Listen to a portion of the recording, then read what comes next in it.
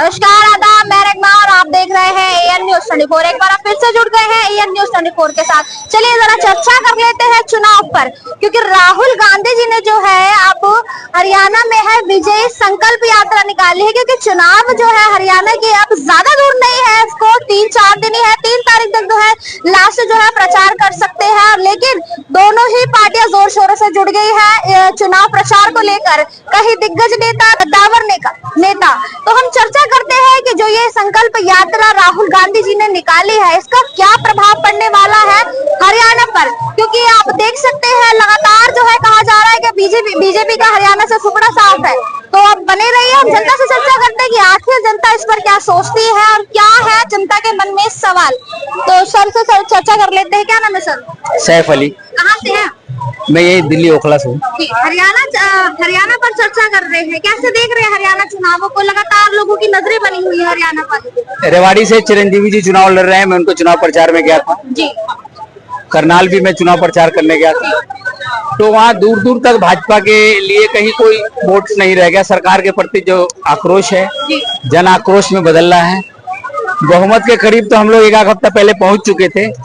अब हमारी राहुल गांधी जी की ये कोशिश है कि हम 3/4 3/4 बहुमत की तरफ जाएं, और उसकी तैयारी में पूरी पार्टी को लगाया है। बागियों को भी उन्होंने संदेश दिया है कि बगावत करोगे तो देश बर्बाद हो जाएगा। देश पहले ईस्ट इंडिया कंपनी का गुलाम था, और इन गुजराती भाइयों का, अदानी, अंबानी, अमित शाह का गुलाम हो जाएगा। जिस तरह ये खोल के कर्जा देश विदेश से लिए जा रहे हैं और इन उद्योगपतियों को बढ़ाए जा रहे हैं, किसानों को का भी शोषण करने का विचार लाके 3 कृषि कानून लाए गए, और अदानी अंबानी ने अपने कई जगह बड़े बड़े वेयर हाउस तैयार कर लिए कि उसमें हम, जिस तरह शिमला में उन्होंने सेब का किया था, अभी सेब की मोनोपोली अभी सुक्खू ने कहा 95 रुपए से कम पे कोई भी किसान नहीं बेचेगा। तो अदानी ने अपने ब्रोकरों को वापस ले लिया। तो आज शायद दिल्ली की सड़कों पे कुछ 100 रुपए 80 रुपए किलो भी सेब अवेलेबल है अभी, जो अदानी 35 रुपए 40 रुपए लेने की वहां कोशिश कर रहा था शिमला के अंदर। तो हिमाचल में आने से किसानों को भला हुआ। इस तरह हरियाणा में भी लग रहा है हमारे। लेकिन कह रहे हैं कि हिमाचल के लोग पछता रहे हैं कांग्रेस को वोट देके। अब जो पछता रहे होंगे, जिनको अदानी अंबानी की दलाली मिल रही होगी, जो उस कमीशन खा रहे थे, जो बिचौलिए एजेंट होंगे, हर व्यक्ति तो खुश नहीं हो सकता ना। हम भी 100% सीट लाने का वादा नहीं कर रहे हैं वहाँ हरियाणा में। हरियाणा में 3/4 सीट लाने के टारगेट है। वो 5 तारीख तक शायद देश को भी दिखेगा, और जो मोदी मीडिया, नेशनल चैनल की मीडिया है, उनको भी दिखेगा कि कांग्रेस का जो वेव चल रहा है, जो किसानों को गुलाम बनाने की कोशिश कर रहे थे, और किसान, अगर हरियाणा और पंजाब के किसान जो आए, उनको देशद्रोही का, आज देशद्रोही का, देश प्रेमी का सर्टिफिकेट उनको। एक सवाल जो है अभी बहुत ज्यादा चल रहा है, अभी तक तो कहा वैसे ही राहुल गांधी जी ने जो हरियाणा में है काफी ज्यादा प्रचार प्रसार कर ही रहे थे, लेकिन संकल्प यात्रा निकालने के बाद क्या प्रभाव पड़ने वाला है? और उसमें जो हवा बह रही थी वो आंधी की शक्ल में आपको दिखाई देगी। भाजपा के नेता भी सारे नेता लगे हैं, लेकिन उनके सभाओं की भीड़ आप देख लीजिए, उनके लोगों का बॉडी लैंग्वेज आप देख लीजिए। मास्टर स्ट्रोक हरियाणा कभी भाजपा जैसे कट्टर हिंदुत्व का प्रयोगशाला नहीं रहा।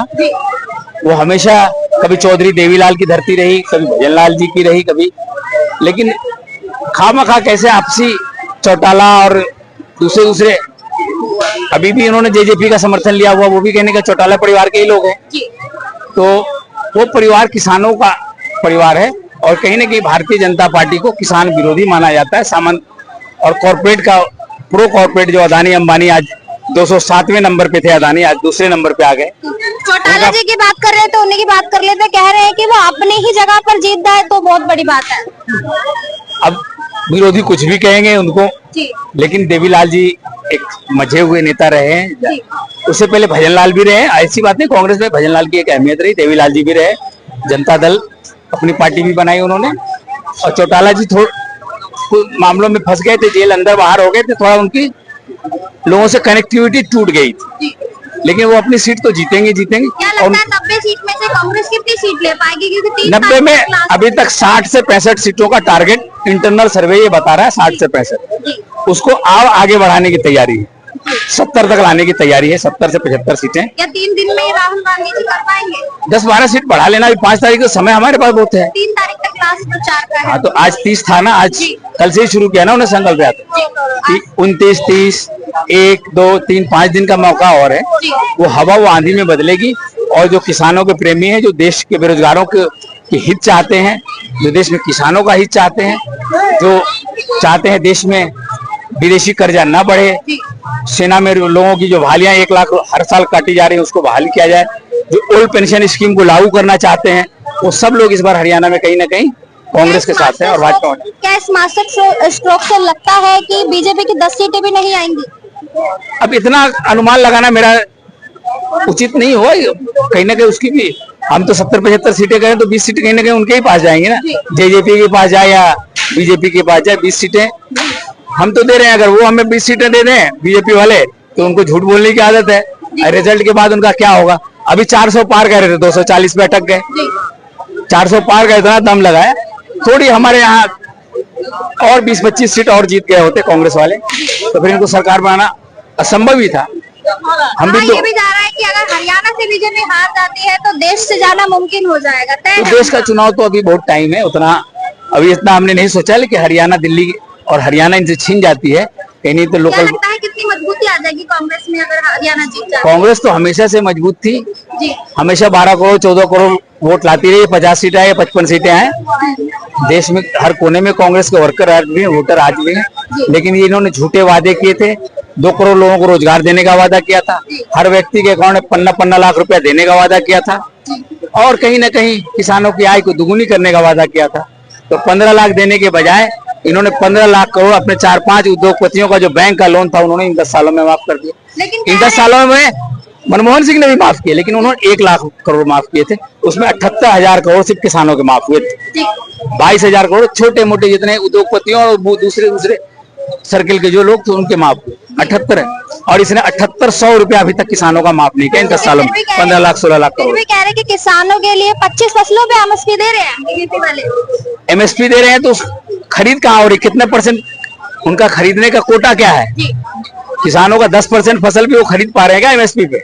100% खरीद लें एमएसपी को हम मान लेंगे, लेकिन कहीं 5% कहीं 10% फसल उगा रहे हैं, हमारा ओवरलोड हो गया, अब आप जाइए, और उसमें भी रिश्वत ली जा रही है। एक ट्रक के ऊपर 2,000 रुपया दीजिए और एमएसपी वाले रेट पर उनका वजन है।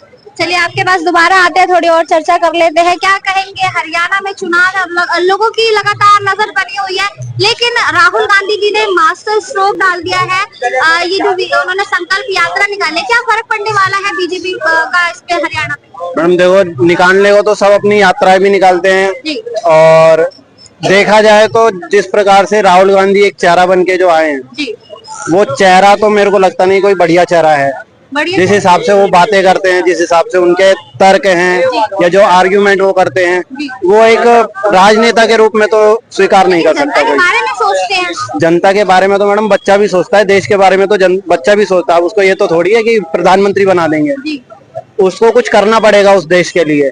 सिर्फ बातें बोलने से या कुछ दिखा देने से वो देश का नेता नहीं बन सकता। तो आपको लगता नहीं ये जो मास्टर स्ट्रोक उन्होंने रचा है, क्या ये काम कर पाएगा हरियाणा? क्या मास्टर स्ट्रोक रचा? ये जो संकल्प यात्रा निकाली है, ये इससे फायदा क्या होगा मैम?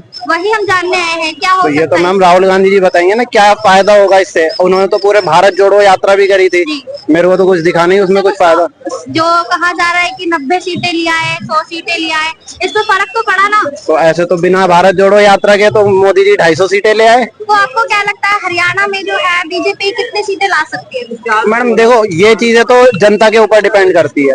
अब बोलने को तो मोदी जी ने 400 भी बोली थी, लेकिन आई तो 240 ही, ठीक है ना। तो ये तो जनता निर्णय करेगी कि 400 सीटें आती है, 200 सीटें आती है, कितनी सीटें वो लेके आते। लेकिन कह रहे हैं कि जो संकल्प यात्रा निकाली है इसमें 6 विधानसभा कवर कर लेंगे। लगातार लमसम जो लगाया जा रहा है, कांग्रेस की सीटें 60 तक आ सकती है। मैडम देखो, यात्रा करने में जितना पैसा वो वेस्ट कर रहे हैं ना, उससे अच्छा उस हरियाणा क्षेत्र में जो लोगों की मदद करनी चाहिए वो अगर वो करेंगे तो मेरे ख्याल से तो वो पूरी की पूरी सीटें ले आएंगे।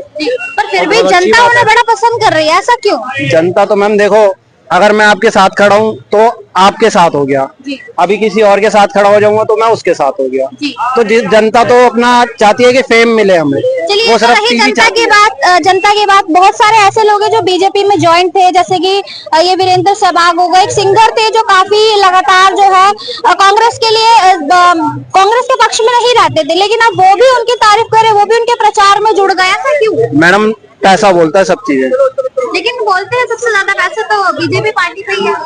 बीजेपी पार्टी पे कहाँ है, किसने कहा है, दिखाओ। कहा जाता है। मैम कहने को तो मैं भी कह दूं आप अंबानी हो, जी नरेंद्र मोदी हो, मैं नरेंद्र मोदी हूँ। बोलने को तो एक लेडीज भी आई थी जिन्होंने कहा था कि मैं राहुल गांधी की पत्नी हूँ। अब क्या वो पत्नी थी उनकी? और ये तो जनता सबूत मांगती है। जब तक सबूत नहीं मिलेंगे तब तक क्या? हरियाणा चुनाव मैडम देखो, देखने का नजरिया तो वहाँ की जनता बताएगी। हम तो दिल्ली के हैं, हम तो नहीं बता, हम तो अपने दिल्ली की हालत बता सकते हैं। वहाँ की तो वो हालत उनकी जनता बताएगी, क्या उनके लिए विकास किया है उन्होंने और क्या नहीं किया है। लेकिन चलिए ठीक है, हम और लोगों से भी चर्चा कर लेते हैं। और मेरा नाम शाहरुख है, कहाँ से हैं? मैं तो बंगाल से हूँ। यहाँ पे काम हो गया। यहाँ पर चर्चा चल रही है हरियाणा चुनाव की। हरियाणा चुनाव देखो, जो अच्छा विकास किया है उसी को आना चाहिए। मैं तो किसी के बारे में बोल नहीं सकता हूँ जो ये नहीं आना चाहिए, वो नहीं आना चाहिए। जो भी आए, हिंदू मुसलमान नहीं करना चाहिए, क्योंकि हम लोग बहुत काफी दुनिया से सुनते आ रहे हैं तो हम लोग हिंदू मुसलमान एकता है, तो एकता पे रहने दो। क्यों, हम भी गांव में हम लोग का भी हिंदू दोस्त है, तो उन लोग का भी अगर कोई पूजा पाठ होता है हम लोग साथ में जाते हैं। हम लोग का भी अगर कुछ त्योहार होता है वो लोग भी आता है। तो ये जो नफरती जो फैलता है ना, तो इससे क्या होता है, जो फैलाई किसने? नफरती जो कहता है ना, जो बहुत सारे जो बीजेपी का भी नेता भी कहता है जो मस्जिद में घुस के मारेंगे, ऐसा नहीं कहना चाहिए।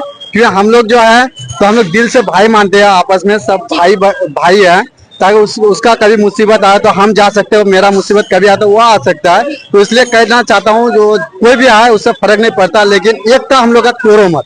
हम लोग एक साथ रहने दो। हम लोग जैसे विकास होता है देश के लिए, वो तो उसके लिए अच्छी बात है, तो उसके लिए अच्छी बात है, उससे हम लोग को कोई दिक्कत नहीं है। लेकिन हम लोग का जो एकता है, हिंदू मुसलमान सिख ईसाई, हम लोग सब साथ में चलेंगे तभी देश का विकास हो सकता है। पर कहोगे तो एक को लेके जाऊं, एक मजहब को लेके जाऊं, एक जात को लेके जाओ, तो ऐसे कभी नहीं हो सकता। सब कंधे से कंधा मिलाओ तभी देश आगे बढ़ सकता है। लेकिन वैसे देखा जा रहा था काफी समय से लोग मोदी जी को बहुत पसंद करते थे, और अभी जो है राहुल गांधी जी इतनी ज्यादा चर्चाओं में बन गए हैं, और जिस तरीके से वो लोगों के बीच में जाते हैं, आपको क्या लगता है दोनों में से सही नेता कौन है, और अब जो है किस नेता को आना चाहिए? जिस नेता देख, एक तो मोदी सरकार भी बोलता है जो हम सबके साथ सबके साथ सबका विकास, लेकिन राहुल गांधी भी बोलता है, लेकिन हादसा बहुत सारे कुछ ऐसे हुआ है मुस्लिमों के साथ, लेकिन राहुल गांधी ने आज तक मुंह नहीं खोला, कुछ नहीं बोला। उसको बोलना चाहिए आगे आके, वो भी जैसे बोलता है तो हम सबको साथ लेके चलना चाहता हूँ, तो वो भी आके बोले जो नहीं ये गलत है, ऐसा नहीं होना चाहिए। सबको तोड़ो मत, किसी को डराओ मत, जो जैसे राहुल गांधी बोले डरो मत डराओ मत, तो ऐसे बोलना चाहिए उसको। तो किसी को कुछ नहीं करना चाहिए, हिंदू मुसलमान है, किसी को किसी के साथ मत लड़ाओ। क्या लगता है जो उन्होंने ना वो बोल रहे थे नफरत के बाजार में मोहब्बत की दुकान खोलेंगे, क्या लगता है कितनी दुकान जो है उनकी खुल चुकी है? अब ये जो बोला है नफरत की दुकान में नफरत की बाजार में मोहब्बत की दुकान खोलना है, तो उसके वजह से वो जो है तो बहुत काफी हद तक सुधार देखा है। जो हम लोग का जो दोस्त यार था उसमें भी कुछ तनाव हो गया था, लेकिन वो लोग भी अब वो सब से दूर हो गया। हम लोग जैसे पहले थे ऐसे हम लोग आ गए। तो राहुल गांधी का भी शुक्रिया अदा करना चाहता हूँ जो ये आवाज उठाया, उसकी वजह से हम लोग बहुत अच्छे चल रहे हैं अभी हाल फिलहाल, और उम्मीद करता हूँ जो ऐसा ना हो और कभी, जहाँ पे हिंदू मुसलमान है कहीं पे देखते हैं कहीं हिंदू को मारा जाता है, कहीं युवा बहुत पसंद कर रहे हैं राहुल गांधी जी को, क्या रीजन है पसंद करने का? रीजन यही है जो युवा के लिए जो बेरोजगारी है उसके लिए वो आवाज उठाता है। तो एक उम्मीद है उसके ऊपर, जो वो आएंगे तो सभी, जैसे वो बोलता है ना मैं आऊंगा सत्ते पे तो मैं रोजगार सबको दूंगा, तो उसी उम्मीद से सब उसको पसंद करता है। हाँ, ये उम्मीद है जो आएंगे तो हम लोग को रोजगार मिलेगा। हालांकि हम तो कमाते हैं, हमको तो इतना ये फर्क नहीं पड़ता, लेकिन जो बेचारा फुटपाथ पे रहता है उन लोगों को तो सुविधा देना चाहिए, तो इसके वजह से। तो यहाँ पर हमने चर्चा की हरियाणा चुनाव को, चर्चा हमारी चलती रहेगी, लेकिन जनता से जानना है क्योंकि ये जो संकल्प यात्रा है, ये जो मास्टर स्ट्रोक राहुल गांधी जी ने हरियाणा में किया है, अब इसमें देखते हैं क्योंकि 3 तारीख तक जो है प्रचार का समय है, देखते हैं आखिर क्या फर्क पड़ने वाला है इससे हरियाणा चुनाव पर, और चर्चा हमारी चलती रहेगी। बाकी आप देखते रहिए AN न्यूज़ 24 सच दिखाने की।